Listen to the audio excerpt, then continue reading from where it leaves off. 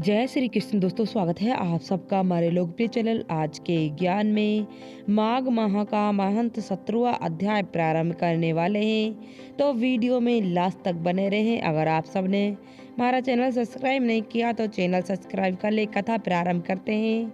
अप्सराएं कहने लगी कि हे राक्षस, वे ब्राह्मण कहने लगा कि इंद्र इस प्रकार अपनी अमरावतीपुरी को गए थे, सो ही कल्याण तुम्हारा भी। देवताओं से सेवा किए जाने वाला प्रयाग में माघ मास में स्नान करने से निष्पाप होकर स्वर्ग में जाओगे। सो मन उनको ब्राह्मण के ये वचन सुनकर उनके पैरों में पकड़कर प्रणाम किया और घर में आकर सभी भाई बंधु नौकर चाकर धन आदि त्याग का शरीर को नष्ट होने वाली वस्तु समझकर घर से निकलकर और माघ में गंगा यमुना के संगम पर जाकर स्नान किया। सो ही निश्चर 3 दिन के स्नान में सारे पाप नष्ट हो गए और 27 दिन के पुण्य से देवी देवता हो गए और पार्वती जी की सखी होकर सुख से निवास करती थी। इसलिए मैं प्रयाग में महंत के बाद याद करता हूँ, देवताओं के सहित माघ के प्रयाग स्नान करती हूँ।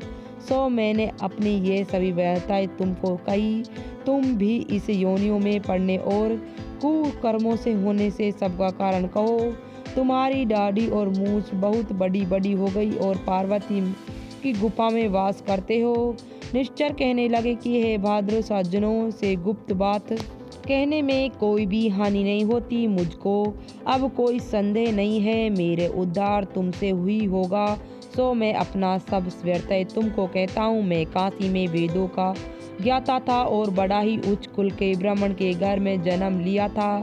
मैंने राजा, पापी, दूर तथा वैश्य के अनेक प्रकार का ध्यान किया है। मैं दान लेने में चांडव कोई भी नहीं छोड़ा। उसका जन्म में कोई भी धर्म नहीं किया, वहाँ पर मृत्यु को प्राप्त हो गया। तीर्थ स्थान पर मरने के कारण नरक में नहीं गया। पहले 2 बार गिरी योनियों में, 3 बार व्यास योनियों में, 2 बार सर्प योनियों में, 1 बार योनि में हूँ। अब 10वीं बार राक्षस हुआ हूँ और सैकड़ों वर्षों तक इसी योनि में हूँ। इस स्थान को 3 योजना तक मैंने जनहीन कर दिया है। बिना अपराध के बहुत ही प्राणियों को मैंने नष्ट कर दिया है। इस कारण मेरा अत्यंत दुखी हूँ। तुम्हारे दर्शन से चित्त में कुछ शांति अवश्य है, क्योंकि सज्जनों का संग तुरंत ही सुखदायक होता है।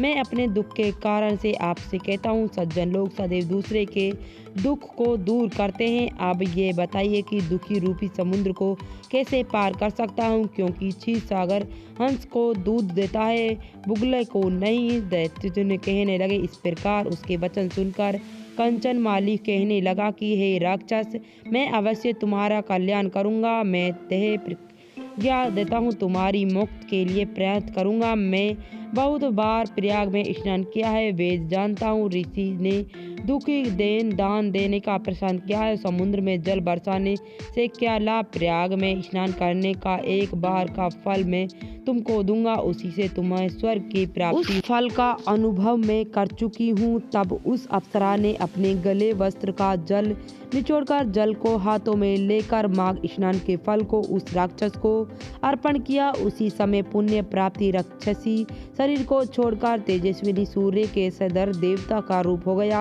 आकाश में विमान पर चढ़कर अपनी क्रांति से चारों दिशाओं को प्रकाशित करता हुआ शोभनीत हुआ और कहने लगा, ईश्वर ही जानता है तुम कितने उपकार मुझ पर किया है। आपकी कृपा को शिक्षा दे जिसे मैं कभी पाप नहीं करूँगा। अब मैं तुम्हारी आज्ञा पाकर स्वर्ग में जाकर।